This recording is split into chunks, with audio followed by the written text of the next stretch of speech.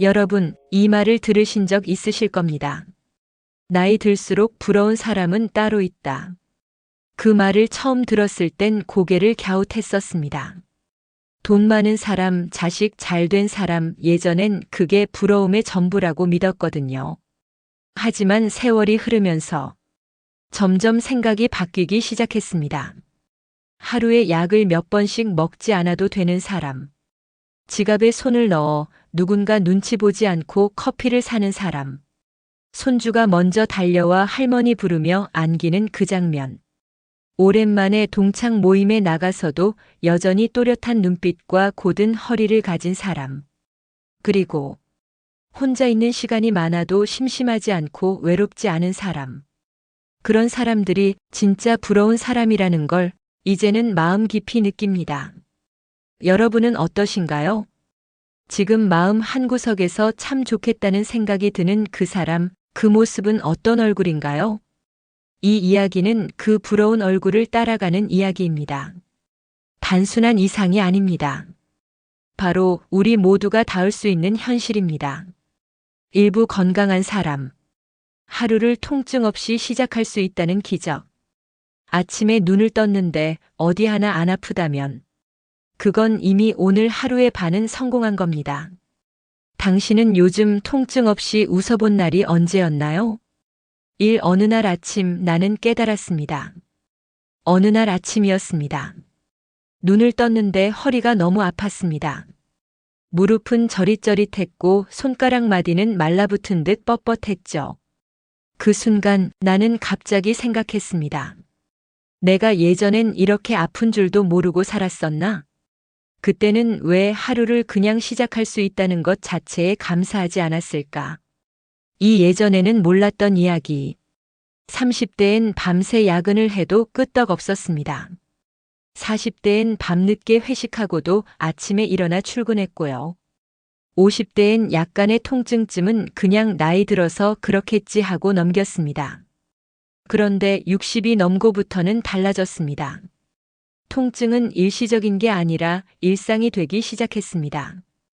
어느새 살짝 아픈 것이 아니라 아픈 채로 살아가는 것이 당연해졌습니다. 삼약 없이 버틴 하루가 그리운 날. 약을 먹지 않으면 못 버팁니다. 혈압약, 당뇨약, 관절약. 하루에 3번씩 약을 챙겨 먹지 않으면 몸이 말을 듣지 않죠. 하지만 한 번쯤은 약 없이도 살 수 있던 내 몸이 그리워집니다. 병원이라는 단어가 낯설었던 그 시절. 건강검진이라는 말에 긴장할 필요도 없었던 시절. 이제는 병원을 가지 않으면 불안한 사람이 되어버렸습니다. 건강한 친구가 부러워집니다. 어느 날 친구 모임에 갔습니다. 한 친구는 최근에 제주도 자전거 일주를 다녀왔다고 했습니다. 또 다른 친구는 매주 골프를 치러 다닌다네요. 다들 활동적이고 웃음소리가 크고 얼굴색이 다릅니다. 그날 집에 돌아와서 나는 깊이 한숨을 쉬었습니다. 왜 나는 저렇게 못 살까? 왜 나는 항상 아픈 이야기밖에 못 꺼내는 걸까? 그리고 또 약을 챙겨 먹으며 혼잣말처럼 중얼거렸습니다. 건강만 있었다면 나도 젊었을 때 관리했더라면. 돌아보면 젊을 때는 늘 바빴고 항상 나중에라는 말로 미뤘습니다. 일단 지금은 바쁘니까. 애들 크고 나면 나도 운동해야지. 은퇴하고 나면 시간 많아지니까 그때부터 운동해야지. 근데요, 막상 은퇴하고 보니 몸이 말을 안 들어요. 이제는 해도 늦었나 싶을 만큼. 그게 제일 후회됐습니다. 그런데 늦지 않았다는 말을 들었습니다. 어느 날 보건소에서 무료 건강 강좌가 열렸습니다. 그 자리에 갔더니 72세 할머니 한 분이 앞에 서 계시더군요. 그분은 이렇게 말했습니다. 여러분, 지금이라도 괜찮아요. 매일 30분 걷기부터 시작해 보세요. 그게 언젠가 여러분을 다시 일으켜 세워줄 겁니다. 나는 그날 처음으로 희망이란 게 건강에도 적용된다는 걸 알았습니다. 7걷기 시작한 지 100일째 되던 날. 그날 이후 아파트 단지 주변을 걷기 시작했습니다. 처음엔 10분도 버거웠습니다. 무릎이 아팠고 허리도 당겼고 호흡도 가빴습니다. 하지만 그냥 계속 걸었습니다. 매일 같은 시간, 같은 길, 같은 걸음으로 100일쯤 지나자 몸이 조금씩 달라졌습니다. 계단을 올라갈 때 숨이 덜 찼고 밤에 잠도 더 잘 왔습니다. 팔 오늘은 덜 아프다는 말이 인생 최고의 기쁨이 될 줄이야. 어느 날 아침 무릎을 구부리는데 그 고통이 조금 덜했습니다. 그날 하루 종일 기분이 참 좋았습니다. 오늘은 덜 아프다. 그 한마디가 내 하루를 따뜻하게 만들어 주더군요. 누구에게는 사소한 말일지 몰라도 나에게는 살아있음을 느끼게 해주는 말이었습니다. 구 건강을 위해 내가 시작한 3가지. 제가 해온 3가지를 공유드릴게요. 어렵지 않습니다. 첫째, 매일 30분 걷기. 둘째, 집에서 스트레칭 10분. 셋째, 잠자기 전 따뜻한 물 마시기. 이 3가지만으로도 몸은 아주 조금씩 그러나 분명히 달라지기 시작했습니다. 심나를 살리는 건 결국 내가 지킨 습관. 건강을 잃고 나면 의사도 약도 병원도 한계가 있다는 걸 알게 됩니다. 결국 나를 살리는 건 매일 반복되는 습관이었습니다. 지금의 나를 만든 건 젊은 날의 선택이었고 앞으로의 나를 바꿀 건 지금 이 순간의 실천이라는 걸 알게 되었습니다. 10일 부러운 사람이 되는 방법은 따라하는 것부터 건강한 사람이 부럽다면 그 사람이 하는 걸 그대로 따라해보는 것도 좋은 시작입니다. 아침마다 걷는다죠? 그럼 나도 그렇게 해보는 겁니다. 계절 채소로 식사한다죠? 그럼 오늘 장 볼 때 나도 그런 채소를 골라보는 겁니다. 부러움은 따라잡을 수 있는 가능성입니다. 부러워하는 사람을 내가 되어보는 것. 그것이 우리가 지금 이 영상 앞에 앉아 있는 이유 아닐까요? 10이 건강한 사람이 부러운 이유는 결국 그 사람은 여전히 자신의 2발로 걸을 수 있고 누구에게도 의지하지 않고 살 수 있고 사소한 외출도 기쁘게 여기고 통증 없이 웃을 수 있기 때문입니다. 그런 삶은 그 어떤 부나 명예보다 더 귀합니다. 그리고 무엇보다 지금이라도 늦지 않았습니다. 다음 편에서는 내 돈으로 살 수 있는 자유, 경제적 여유를 가진 사람들의 이야기를 나누겠습니다. 나이 들수록 부러운 사람 2부 경제적으로 여유로운 사람에서 계속됩니다. 2부 경제적으로 여유로운 사람. 내 돈으로 커피 한 잔 마실 수 있는 자존심. 용돈 받는 것도 참 눈치가 보일 때가 있어요. 5,000원짜리 커피 한 잔조차 망설여지는 나이. 당신은 지금 내 돈으로 쓰는 자유를 누리고 계신가요? 1. 커피 한 잔 그냥 마실 수 있다는 것. 가끔 그런 날이 있습니다. 날씨가 맑고 바람이 살랑거리는데 문득 커피 한 잔이 마시고 싶어지죠. 하지만 주머니 속에 돈이 있을까? 한참을 뒤적이다가 그냥 집으로 발길을 돌린 적도 있습니다. 그때 깨달았습니다. 5,000원이 없어서가 아니라 내 돈이 아니라서 망설여지는 거구나. 이 남편 연금으로만 사는 살. 제 주변에는 남편의 연금으로 살아가는 분들이 많습니다. 남편이 나쁜 사람은 아니에요. 꼬박꼬박 생활비 주고 가끔 옷도 사라며 돈을 건네줍니다. 하지만요, 이거 좀 사도 될까? 그 말 한마디를 꺼낼 때마다 괜히 내가 손 벌리는 사람 같아지더군요. 삶 자존심이 무너지는 순간 친구들과 온천 여행을 가자는 말이 나왔습니다. 다들 신이 나서 날짜를 정하고 있는데 저는 속으로 생각했습니다. 이번 달엔 병원비도 나갔고 남편한테 또 돈 달라고 하기에는 부담스럽고 결국 조용히 핑계를 대고 빠졌습니다. 그날 저녁 혼자 국을 데우면서 마음속에서 이런 말이 떠올랐습니다. 나는 왜 내 돈이 없을까? 사평생을 가족 위에 살았는데 지금은 아이 셋 키우며 집안일 도맡고 남편 뒷바라지에 온 삶을 바쳤는데 정작 지금 나는 내 마음대로 쓸 수 있는 돈 하나 없는 사람이라는 게 문득 너무 슬퍼졌습니다. 젊었을 땐 그런 생각 안 했습니다. 가정이 잘 되면 된 거지. 나는 돈보다 아이들이 잘 되는 게 더 중요해. 그런데요, 아이들도 다 컸고 남편도 은퇴했는데 이제는 내 삶인데 왜 나는 아직도 내 것이 없을까요? 내 돈, 내 선택, 내 삶. 한 번은 동네 옷가게에 갔습니다. 흰 셔츠 하나가 마음에 들었죠. 가격은 29,000원이었어요. 근데요, 그 순간 머릿속에 스쳐가는 생각이 있었습니다. 이걸 사면 다음 주 외식은 못하겠네. 남편한테 뭐라고 말하지? 결국 안 샀습니다. 그리고 돌아오는 길에 생각했습니다. 내 돈이 있었다면 사지도 않았을 셔츠 하나에 이렇게 마음을 쓸 필요는 없었을 텐데. 육경제적 여유란 금액의 크기가 아닙니다. 돈이 많다고 꼭 행복한 건 아닙니다. 진짜 여유란 눈치 보지 않고 내 선택을 할 수 있는 자유입니다. 커피를 살지 말지 고민하는 게 아니라 오늘은 내가 쏠게 하고 말할 수 있는 당당함. 여행을 갈지 말지가 아니라 이번엔 내 카드로 결제할게요 라고 말할 수 있는 자존감. 경제력은 액수보다 마음의 크기입니다. 늦지 않았습니다. 지금부터 준비하면 됩니다. 이제 와서 뭘 해?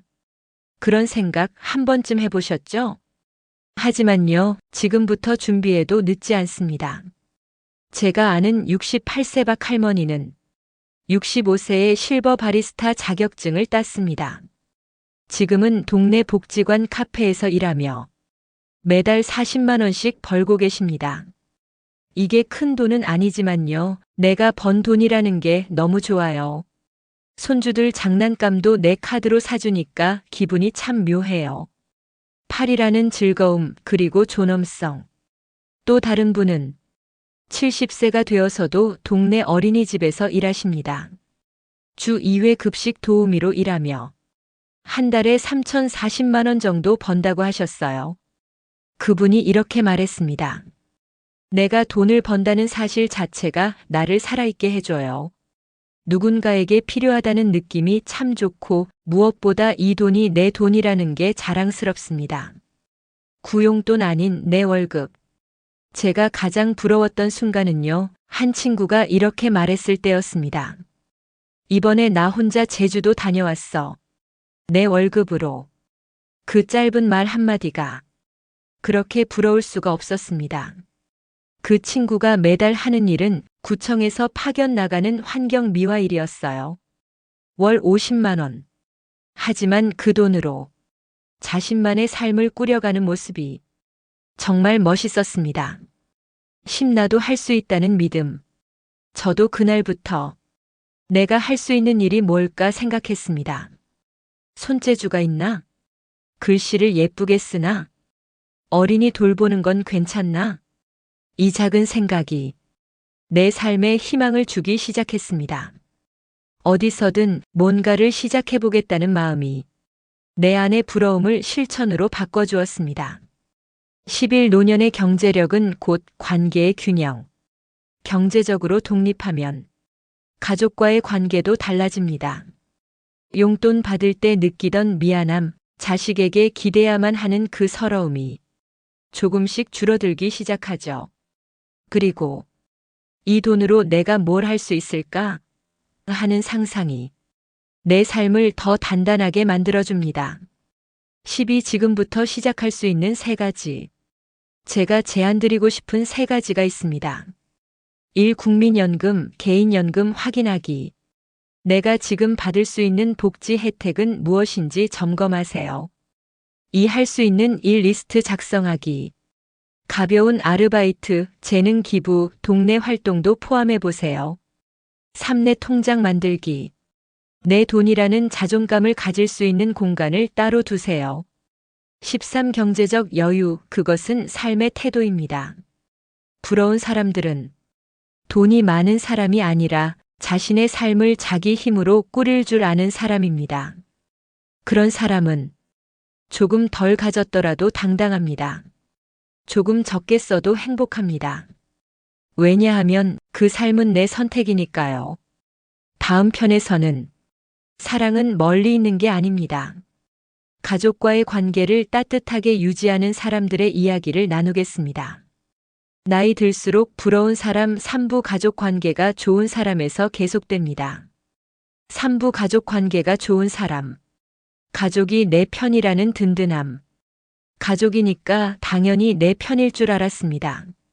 그런데 어느 날 나는 그 안에서 가장 외로운 사람이 되어 있었죠. 나이 들수록 진짜 부러운 건 가족이 내 곁에 남아있다는 사실입니다. 일가족이니까 말하지 않아도 될 줄 알았습니다. 우리는 늘 그렇게 믿었습니다.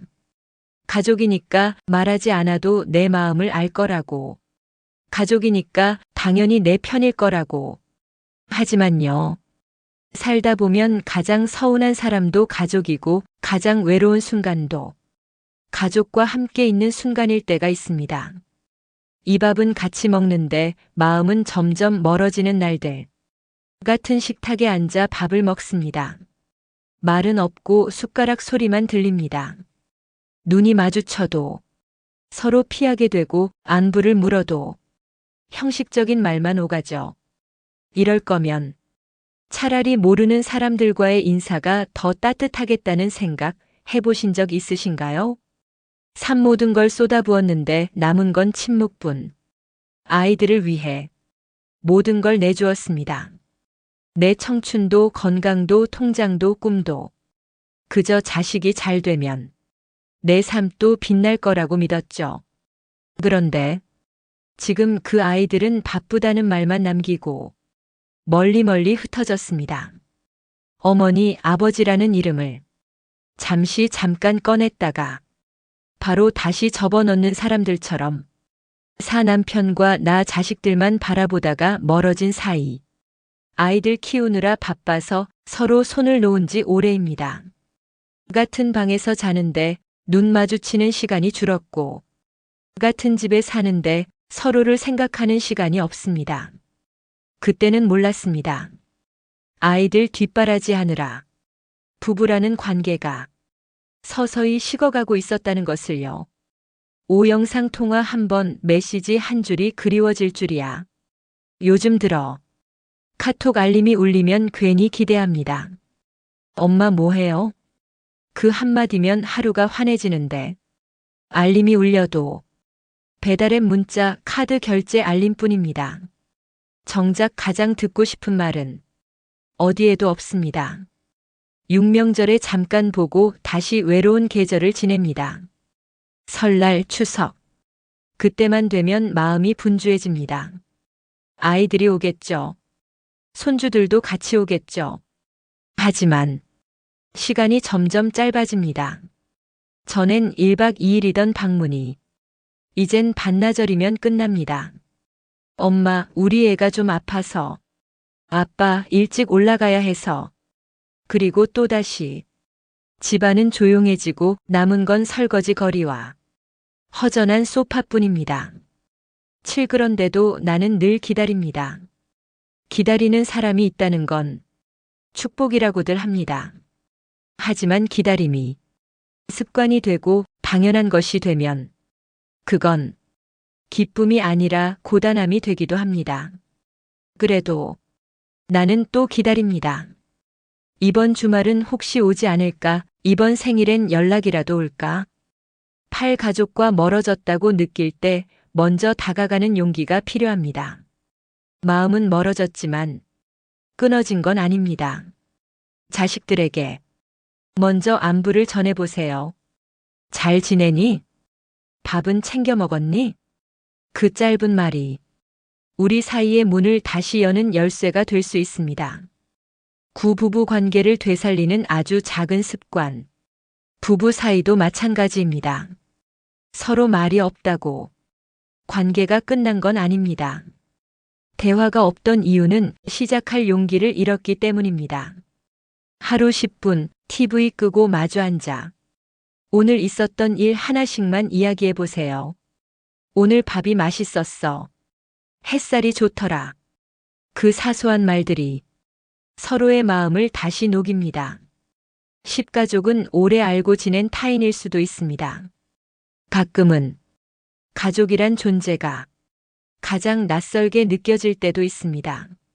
하지만 우리가 그들과 함께한 시간은 그 어떤 관계보다 길었습니다. 서로의 습관, 표정, 말투까지 아는 사이. 그건 쉽게 사라지지 않습니다.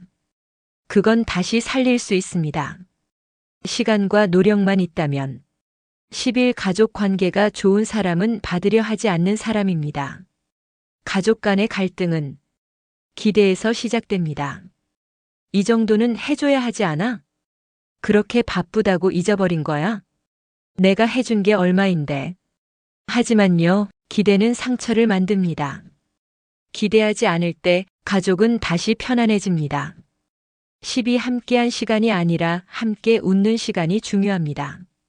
가족이 함께 있다는 건 단순히 밥을 같이 먹는 게 아닙니다. 함께 웃고 서로를 바라보며 같은 기억을 만드는 일입니다. 하루 10분, 한 끼의 밥상, 잠깐의 산책. 그 안에서 웃음이 피어날 수 있다면 그게 바로 가족 관계가 좋은 사람입니다. 13. 지금부터 실천할 수 있는 3가지. 1. 한 달에 한 번 가족 식사 예약하기.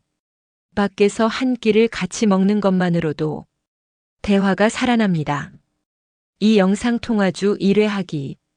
멀리 있어도 자주 보면 가까워집니다. 3. 배우자에게 감사 문자 한 줄 보내기. 습관처럼 보내다 보면 감정이 다시 흐르기 시작합니다. 14. 나이 들수록 가족이 전부는 아닐 수도 있지만 가족이 곁에 있다는 것, 특히 마음으로 함께할 수 있다는 건 분명 축복입니다. 내 편이 있다는 든든함, 내 이야기를 끝까지 들어줄 사람이 있다는 위로. 그건 아무리 돈을 주어도 살 수 없는 것이죠.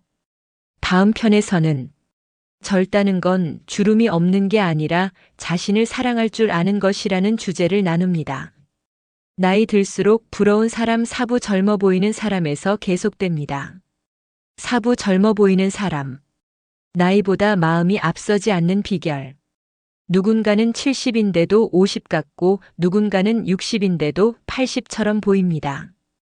주름보다 더 깊은 건 스스로를 포기한 마음입니다. 당신은 오늘 당신을 얼마나 예쁘게 바라보셨나요? 1. 거울 앞에서 한숨이 나올 때가 있습니다. 아침 세면대 앞에서 거울을 보다가 가끔 한숨이 나옵니다. 이게 나였나? 젊었을 땐 환하게 웃던 얼굴이 이젠 퀭한 눈과 처진 눈썹, 주름이 파고든 볼로 가득합니다. 이 나이 들었으니 어쩔 수 없다는 말. 우리는 그 말을 너무 쉽게 합니다. 뭐 나이 들었는데 이 정도면 괜찮지. 꾸며봤자 뭐해. 이제 늙었는데. 예쁘게 입고 다녀봤자 누가 쳐다보나. 그 말들은 스스로를 놓아버리는 변명이 되기도 합니다.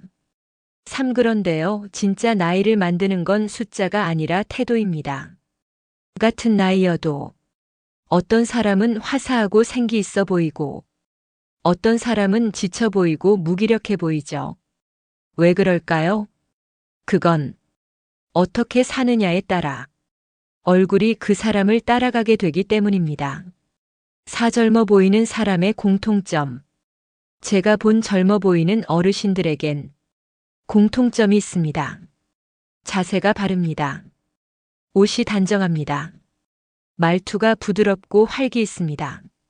스스로를 신경 씁니다. 무엇보다 그들의 눈빛엔 자신에 대한 애정과 자존감이 담겨 있습니다. 옷 꾸미는 게 사치라고 생각했던 시절. 한때는 그렇게 생각했습니다. 아이들 입힐 옷이나 사지, 내 화장품 하나 사는 게 왜 그리 미안하고 죄스럽던지요. 이제 와 생각해보면 그건 절약이 아니라 나 자신에 대한 방치였던 것 같습니다. 6. 내 몸, 내 얼굴, 내 이름을 사랑한다는 것. 요즘은요, 아침에 얼굴에 수분 크림을 바르며 이렇게 중얼거립니다. 그래도 아직 괜찮아. 고생한 얼굴이지만 따뜻한 눈을 가진 사람이야. 오늘도 잘 살아보자. 그 말 한마디가 스스로를 조금 더 단정하게, 조금 더 밝게 만들게 합니다. 7. 피부보다 중요한 건 표정입니다. 피부에 주름이 있는 건 자연스러운 일이죠. 하지만 표정에 주름이 지는 건 우리가 만든 결과일 수도 있습니다. 인상 쓰는 얼굴은 사람들을 멀어지게 하지만 웃는 얼굴은 사람을 끌어당기죠. 팔 나이 들수록 자세가 젊음을 말해줍니다. 허리를 펴고 걷는 사람과 어깨가 굽고 고개를 숙인 사람은 분명히 달라 보입니다. 자세는 습관이고 그 습관은 인상을 만듭니다. 매일 거울 앞에 서서 어깨를 펴고 배를 당기고 고개를 들고 그 자세 하나만으로 5년은 젊어 보일 수 있습니다. 구머리 스타일 하나 바꿨을 뿐인데 제가 아는 한 71세 할머니는 10년 넘게 똑같은 헤어스타일로 다니셨다가 딸의 권유로 미용실에서 스타일을 바꾸셨습니다. 그 다음 주 모임에서 다들 깜짝 놀랐습니다. 언니 뭐 하셨어요? 어디 갔다 오셨어요? 얼굴이 확 피셨네. 그 웃음 속에 할머니는 조용히 말씀하셨습니다. 아니야, 나 그냥 거울 한 번 더 봤을 뿐이야. 15차림은 그 사람의 태도입니다. 요즘은 단정한 셔츠 하나, 계절감 있는 색감의 니트 하나가 나를 완전히 달라 보이게 해줍니다. 비싼 옷이 아니라 깨끗하고 어울리는 옷을 입는 사람. 그 사람이 젊어 보입니다. 10일 나 자신을 위해 예쁘게 꾸며본 적 있으신가요? 누구 보라고가 아니라 내 기분 좋아지라고. 화장도, 향수도, 단정한 구두도. 오늘 하루를 내가 괜찮아 보이게 스스로를 예쁘게 대하는 마음이 젊음을 지켜주는 비결입니다. 10이 젊어 보이는 사람의 하루 습관. 제가 존경하는 76세 어르신은 이렇게 하루를 시작하신대요. 아침 6시 기상. 스트레칭 10분. 아침 식사 후 거울 보며 미소 연습. 정리된 옷차림으로 외출 준비. 매일 30분 산책 또는 근력 운동. 이 루틴 하나로 그분은 언제 봐도 반듯하고 당당해 보입니다. 13 내 나이의 최고 모습은 지금입니다. 70대가 되어도 60대의 내 모습을 그리워하고 60대가 되면 50대의 탄력을 아쉬워합니다. 하지만 그건 끝이 없습니다. 지금이 내가 만들 수 있는 가장 아름다운 나이의 얼굴입니다. 14 지금부터 시작할 수 있는 3가지. 1 하루 한 번 거울 앞에서 나에게 미소 짓기. 눈빛을 따뜻하게 유지하세요. 표정이 젊어집니다. 이 자신에게 어울리는 색의 옷 한 벌 준비하기. 밝은 색, 피부톤과 어울리는 옷 한 벌만 있어도 분위기가 달라집니다. 3 하루 10분 자세 교정하기. 벽에 기대어 서 있거나 의자에서 일어났다 앉기 운동도 젊음을 유지하는 좋은 방법입니다. 15 주름보다 아름다운 건 당신의 삶입니다. 누군가 말했습니다. 내 얼굴은 내가 살아온 인생의 지도다. 그 말이 참 따뜻하게 느껴졌습니다. 주름진 이마, 살짝 처진 눈꼬리, 하지만 그 안에 담긴 건 수많은 웃음과 눈물, 인내와 사랑입니다. 그 얼굴이 가장 아름다운 얼굴입니다. 다음 편에서는 혼자 있어도 행복할 수 있는 능력, 취미와 특기를 가진 사람들의 이야기를 전해드립니다. 나이 들수록 부러운 사람 5부 취미가 있는 사람에서 계속됩니다. 5부 취미가 있는 사람. 혼자서도 행복을 만드는 능력. 시간은 많은데 마음 둘 곳이 없습니다. 혼자 있는 건 괜찮은데 아무것도 하고 싶지 않을 때가 더 힘듭니다. 나이 들수록 진짜 부러운 사람은 자기만의 즐거움을 가진 사람입니다. 일 아침이 오는 게 두려웠던 날이 있습니다. 이른 새벽에 눈이 떠지는데 이상하게 반갑지 않았습니다. 오늘 하루 뭘 해야 하지? 누구와 연락을 해야 하지? 아무 약속도 없고 누구도 날 찾지 않는 날들. 그런 날에는 오히려 밤이 더 편했습니다. 이 텅 빈 하루가 쌓이면 마음도 텅 비어갑니다.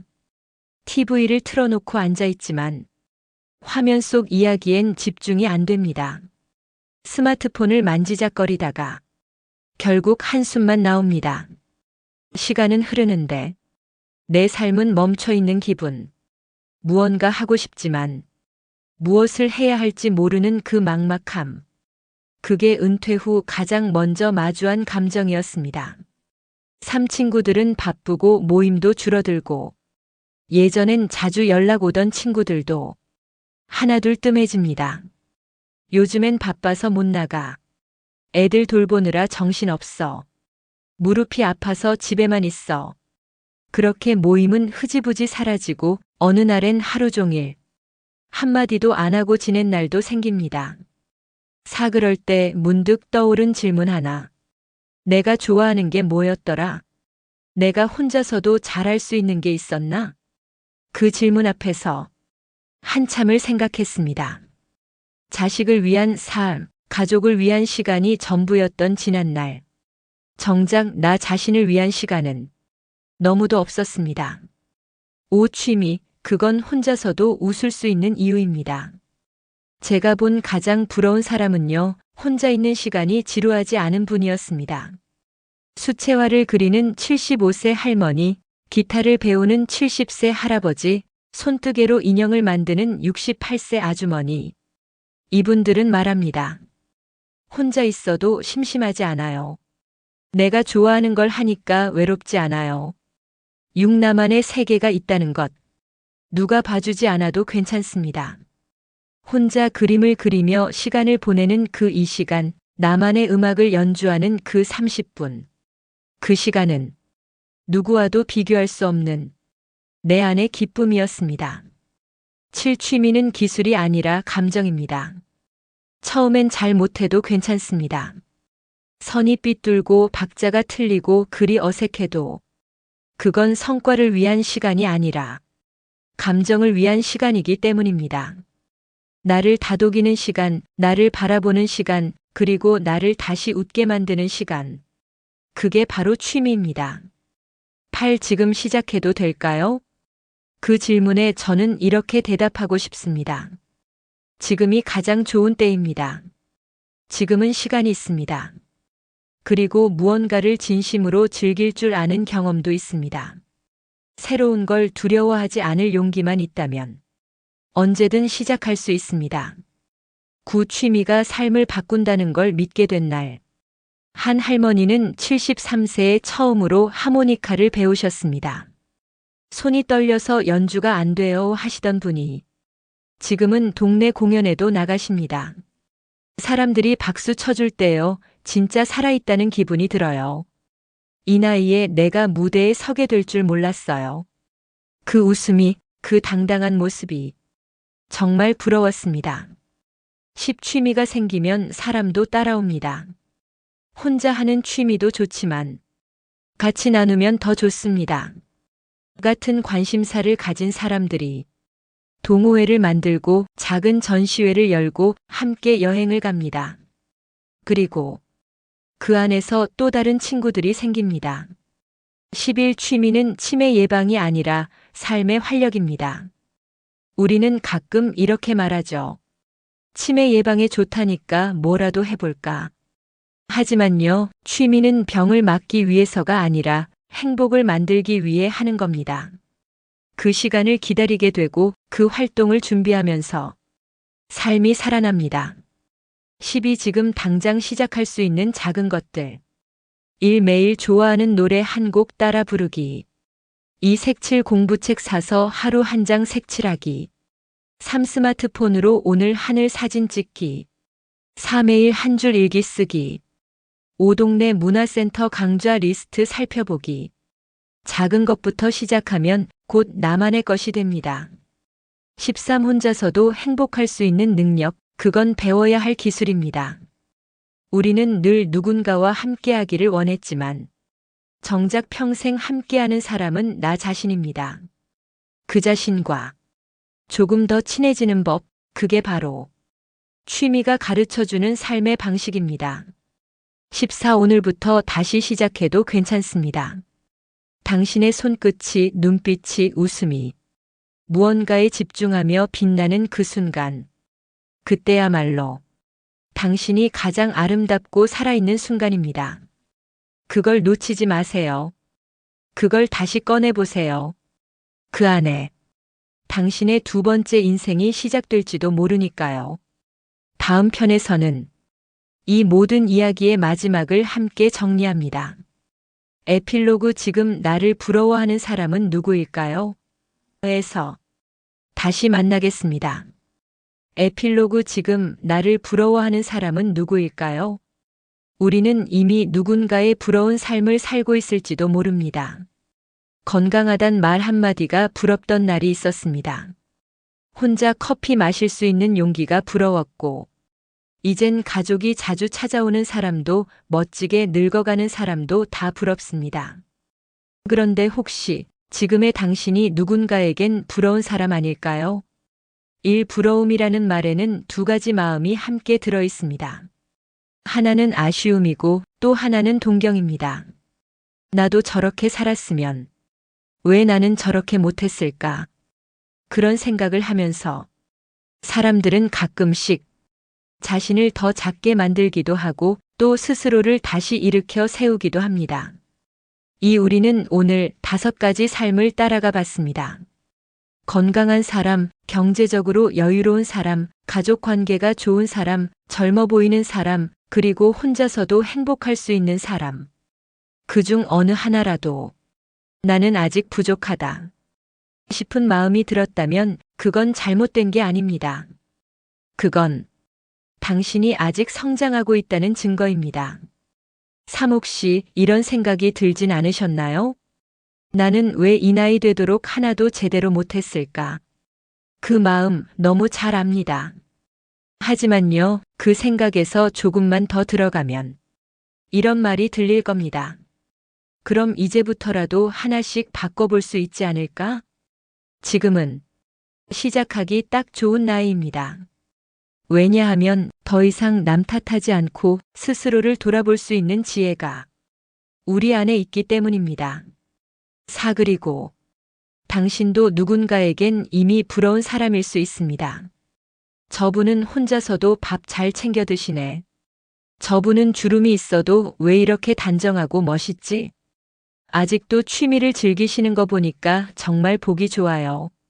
우리가 무심코 살아가는 하루하루가 누군가에겐 정말 닿고 싶은 삶일 수도 있습니다. 5. 부러움의 대상이 되기 위해 우리가 해야 할 건 단 하나입니다. 지금의 나를 조금 더 따뜻하게 바라보는 것. 건강하지 않아도, 걸을 수 있음에 감사하고, 돈이 많지 않아도 내 손으로 커피 한 잔 살 수 있음에 자부심을 느끼고, 가족과 자주 못 만나도 마음만은 연결되어 있음을 믿는 것. 그게 진짜 부러운 사람의 태도입니다. 6. 오늘의 당신에게 묻고 싶습니다. 지금 당신은 스스로를 부러워하고 있나요? 만약 그렇지 않다면 오늘부터 부러워할 수 있는 내일의 나를 준비해 보는 건 어떨까요? 지금 이 영상을 클릭하신 당신은 이미 그 첫걸음을 내디딘 사람입니다. 7. 이제 우리가 진짜 부러워해야 할 건 완벽한 사람이 아니라 실패해도 웃을 줄 아는 사람, 혼자여도 외로움에 무너지지 않는 사람, 조금 아파도 포기하지 않는 사람, 소박한 일상에 감사할 줄 아는 사람입니다. 그렇게 살기로 결심한 사람. 바로 지금 이 영상을 보고 계신 당신이 그 사람일 수 있습니다. 8. 오늘도 살아내신 여러분께 수고하셨습니다. 여기까지 와주셔서 이 이야기를 끝까지 들어주셔서 정말 감사합니다. 당신의 하루가 누군가의 부러움이 되기를, 당신의 미소가 누군가의 희망이 되기를, 그리고 무엇보다 당신이 오늘의 당신을 스스로 사랑해 주시기를 바랍니다. 이 영상이 당신 마음에 잔잔한 울림이 되었다면 구독으로 마음을 나눠주세요. 감사합니다.